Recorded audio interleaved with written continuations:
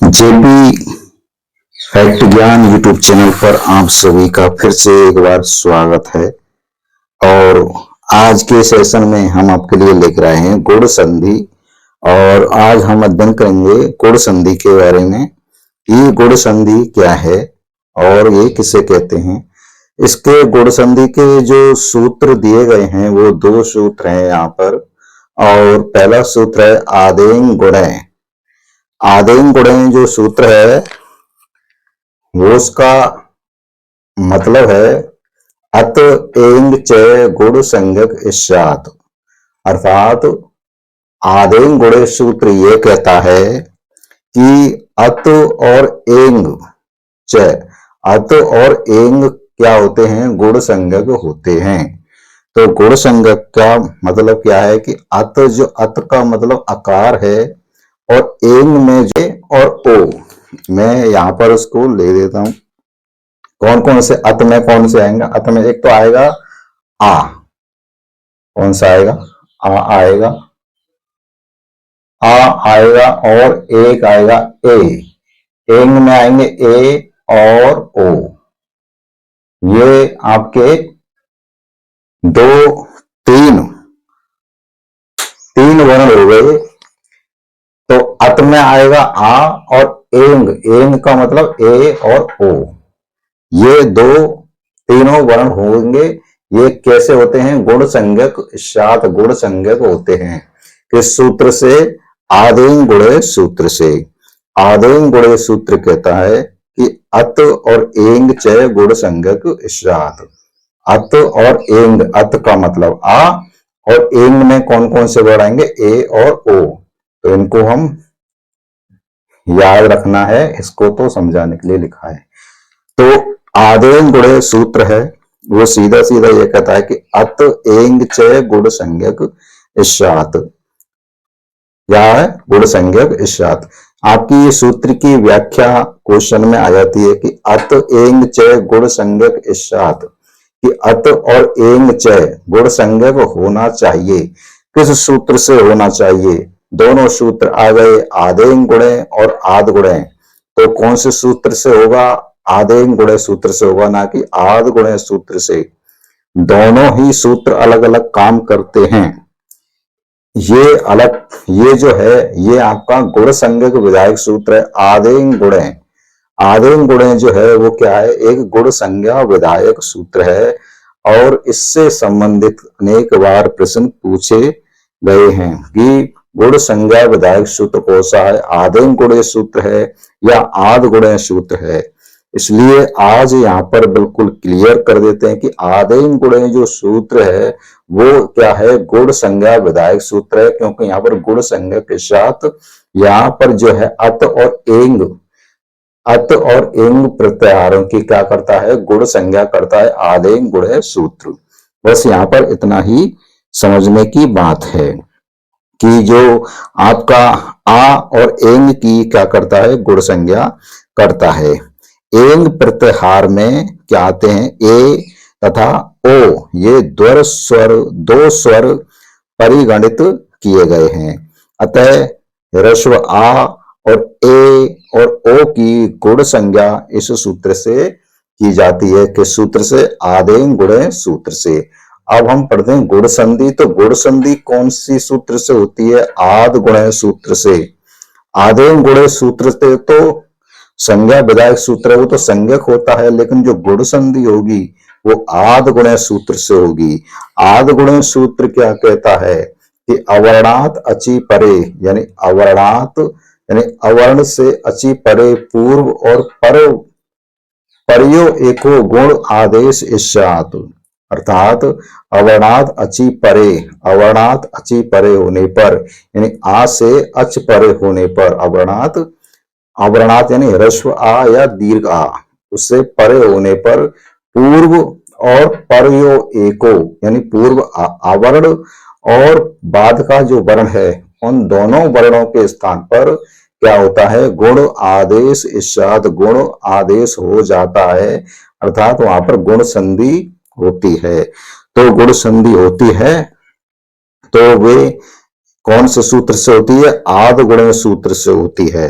आद गुणे सूत्र से क्या होती है, अवर्णात अचि परे पूर्व परयो एको गुण आदेश ईशातु। उदाहरण से समझते हैं कि अवर्णात से मतलब है कि जो ह्रस्व आ आए या दीर्घ आ आए, आकार और आकार के बाद प्लस, यदि इनके बाद में क्या आए, आपके ह्रस्व ईकार, दीर्घ इकार, ह्रस्व उकार या दीर्घ उकार, ह्रस्व री, दीर्घ री और लरय। कौन कौन से वर्ण आ रहे हैं गुण संधि में, आपके ह्रस्व आ और दीर्घ आ के बाद में हमेशा याद रखना इकार, उकार, ऋकार और लरय, यानी ई, उ, री और लरय, है ना। आकार के बाद यदि ई, उ, री, लरय आते हैं तो आ का और इकार का दोनों का जब हम योग करेंगे, आ का और उकार का जब हम योग करेंगे, आ का और री का जब हम योग करेंगे यानी संधि करेंगे, इसी तरह से आ और ल का जब हम संधि करेंगे तो उनके स्थान पर, इन दोनों के स्थान पर क्या आदेश होगा, आदेश ये होगा कि ई के स्थान पर ए आदेश होगा और उ के स्थान पर ओ आदेश होगा, री के स्थान पर अर आदेश होगा और लरय के स्थान पर अल आदेश होगा।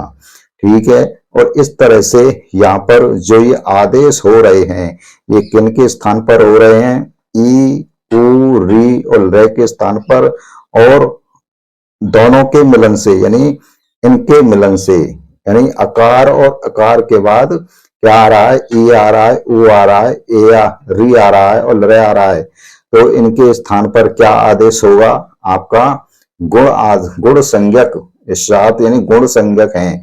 अभी हमने पढ़ा कि जो है गुण संज्ञक आदेश होगा, यानी ई के स्थान पर ए, उ के स्थान पर ओ और री के स्थान पर अर और लरय के स्थान पर अल आदेश होगा। उदाहरण से समझते हैं, यहाँ उदाहरण है उप प्लस इंद्र। तो उप के जो पकार में ह्रस्व आ है और इस आ के बाद में इकार है, इकार यहाँ पर है, और जब हम आकार और इकार का जब इनका संधि करते हैं, योग करते हैं, तो इस ई के स्थान पर क्या होगा, ए आदेश होगा, ई के स्थान पर क्या होगा, ए आदेश होगा, तो यहाँ पर क्या होगा, जो पा के ऊपर ए आ जाएगा तो क्या होगा, शब्द बनेगा उपेंद्र। ये संधि युक्त पद बन जाएगा उपेंद्र, यानी उप प्लस इंद्र, इनको जब हम संधि करेंगे तो कौन सा शब्द बनेगा, उपेंद्र। इसी प्रकार से गंगा है तो गंगा प्लस उद्गम, ये दो शब्द हैं और इन दोनों शब्दों में जो गंगा में आकार है, दीर्घ आकार है, और दूसरे पद के पूर्व में क्या है, उकार है, यानी यहाँ पर उकार है। तो यहाँ पर पहले दिया है आकार और आकार के बाद यदि उकार आए तो क्या आदेश होगा, उ का ओ आदेश हो जाएगा। तो यहाँ पर गंगा में आकार है और इधर उकार है, तो आकार और उकार के स्थान पर क्या आदेश होगा, ओ आदेश हो जाएगा। क्या हो जाएगा, ओ। तो गंगा में गंगा के गा में ओ लग जाएगा तो क्या बन जाएगा, गंगोदकम। क्या हो जाएगा, गंगोदकम। तो गंगा प्लस उदकम की पदों की जब हम संधि करेंगे तो क्या शब्द बनेगा, गंगोदकम। ये जो ओ आ गया है बीच में, ये किसके स्थान पर आया, आ और उ और आ दोनों का जब संधि हुई है तब ये ओ शब्द आया है। इसी तरह से एक और उदाहरण है महा प्लस ऋषि।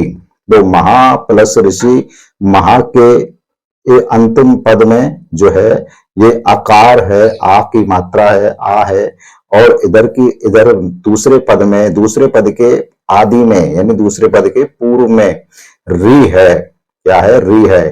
तो री और आ, इधर आ है इधर री है, तो इन दोनों की जब हम संधि करेंगे, योग करेंगे, तो री के स्थान पर क्या आदेश होगा, यहाँ पर लिखा है री के स्थान पर अर आदेश होगा।